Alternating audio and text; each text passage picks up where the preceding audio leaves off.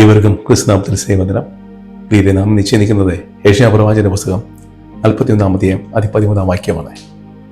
നിന്റെ ദൈവവും കർത്താവുമായ ഞാൻ നിന്റെ വലങ്കരം പിടിച്ചിരിക്കുന്നു. ഞാനാണ് പറയുന്നത്, ഭയപ്പെടേണ്ട, ഞാൻ നിന്നെ സഹായിക്കും. ഹല്ലേലൂയ.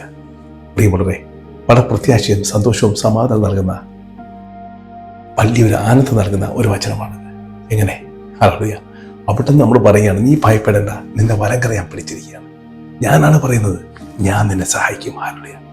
ഇത്രയും മഹത്തായ ഒരു വചനത്തിലൂടെ പിതാവായ ദൈവം നമ്മെ ധൈര്യപ്പെടുത്തുകയാണ്. നമ്മളെ വലങ്കരം പിടിച്ചിരിക്കുകയാണ്. എന്തിന്? നമ്മെ സഹായിക്കാൻ, നമ്മെ വഴി നടത്താൻ. ഹല്ലേലൂയ. ആകിയാൽ ദൈവമായ കർത്താവ് നമ്മുടെ വലങ്കരം പിടിച്ചിരിക്കാൻ നാം തീർച്ചയായും ഒരിക്കലും തന്നെ സമ്പത്തിലേക്കോ മറ്റ് നിയമങ്ങളിലേക്കോ മറ്റ് മനുഷ്യരിലേക്കോ ആരെയും പിടിക്കാതെ സ്വതന്ത്രരായി കർത്താവ് നമ്മുടെ കൈ പിടിച്ചിരിക്കുക. അങ്ങ് നിന്ന് കൊടുക്കുക. അവിടുന്ന് കൊച്ചു മക്കളെ ഒരു പിതാവ് വഴി നടത്തും, മാതാപിതാക്കൾ വഴി നടത്തും പോലെ യഹോവയായ ദൈവം നമ്മെ വഴി നടത്തിക്കൊള്ളും.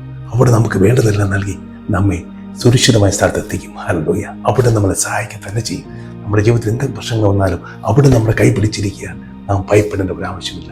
നമുക്കൊരു ബുദ്ധിമുട്ടും ഉണ്ടാവുകയില്ല. എന്തെന്നാൽ യഹോവയായ ദൈവം നമ്മുടെ വലങ്കരം പിടിച്ചിരിക്കുന്നു. ഹല്ലേലൂയ. ആകിയാൽ പ്രിയരെ, യഹോവയായ ദൈവം നമ്മുടെ വലങ്കരം പിടിച്ചിരിക്കുക. നാം ഒരിക്കലും ഒന്നിനെക്കുറിച്ചും ആകുലരാവുകയോ വിഷമിക്കുകയോ ചിന്താവുരാവുകയോ ചെയ്യേണ്ട ഒരു ആവശ്യമില്ല. എല്ലാം കർത്താവിൽ ഭാരം ഏൽപ്പിച്ചുകൊണ്ട് അവിടെ നിന്ന് നമ്മൾ എങ്ങോട്ടേക്ക് നയിക്കുന്നു അവിടത്തേക്ക് ചെല്ലുക. ഹല്ലേലൂയ. പ്രിയരെ, നമുക്ക് ഒരു നിമിഷം കർത്താവിൻ്റെ തിരുസന്നിധിയിൽ കണ്ണുകളടച്ച് പ്രാർത്ഥിക്കാം. കർത്താവേ, അവിടുന്ന് എന്നെ വലങ്കരം പിടിച്ചിരിക്കുകയാണ്. ഞാൻ അവിടുത്തെ സ്തുതിക്കുന്നു. നാമത്തെ മഹത്വപ്പെടുന്ന കർത്താവേ. ഹല്ലേലൂയ. അവിടുത്തെ തിരുസന്നിധിയിൽ താഴ്മയോടെ ആയിരിക്കുവാൻ അവിടെ നിന്ന് സഹായിക്കുകയും ചെയ്യുമാറാണമേ. പ്രാർത്ഥനയുടെ കൃപയെ കർത്താവേ, സ്തോത്രം. ആമേൻ.